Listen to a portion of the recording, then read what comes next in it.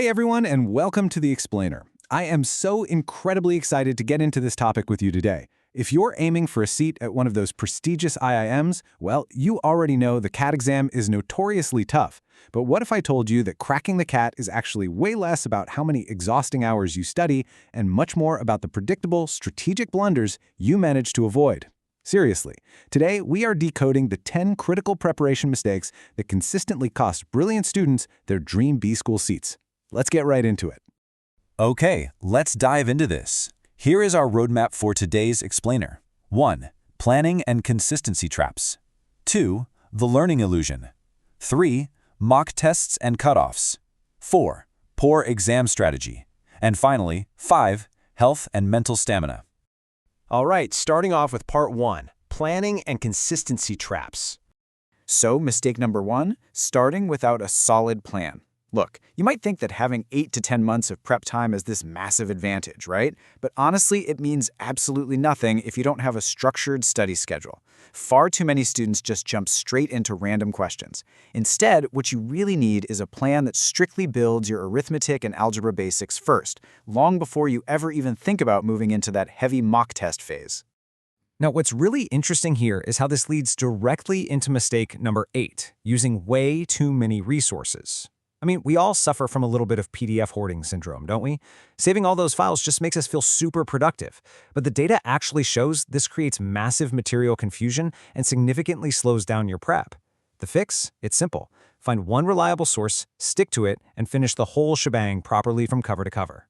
Which brings us to mistake 10, inconsistent prep. Listen, here is the absolute, undeniable truth about the CAT. Daily discipline beats mood-dependent motivation. Every single time. Actually, studying consistently for just 2 hours a day is vastly more effective for your brain's retention than waiting to cram for 15 hours on a random Sunday just because you suddenly felt a burst of motivation. Consistency is what builds actual competence. Moving right along to part 2, the learning illusion. A prime example of this illusion is mistake number 2, rote learning. Look, the CAT is emphatically not a memory-based exam. You can't just memorize a formula, say for compound interest, without understanding the underlying logic. If you do, it will completely fail you. Why? Because the examiners are always going to twist the phrasing of the question. If you don't know the why behind the math, there is literally no way you'll recognize how to apply it. And that brings us right into mistake 4, relying on shortcuts over the basics. Shortcuts look absolutely fantastic in quick online videos, but speed without accuracy, that is incredibly dangerous on exam day. You really have to build a strong fundamental base first, learn the proper long-form methods. Only then should you start relying on tricks as an extra advantage rather than your primary approach. But you can't really test those basics if you're making mistake 9, ignoring past papers. As the saying goes, CAT has a memory. Use it. It is an absolute necessity to practice actual previous year's papers from 2017 to 2025. You can't just rely on theoretical practice. You've got to understand the real exam level, the exact pattern, and exactly how the actual test makers frame their logic. Okay, let's jump straight into part 3, mock tests and cutoffs. Mistake 3 is honestly a silent killer. It's underestimating VARSI, that's verbal ability and reading comprehension, and ignoring those sectional cutoffs.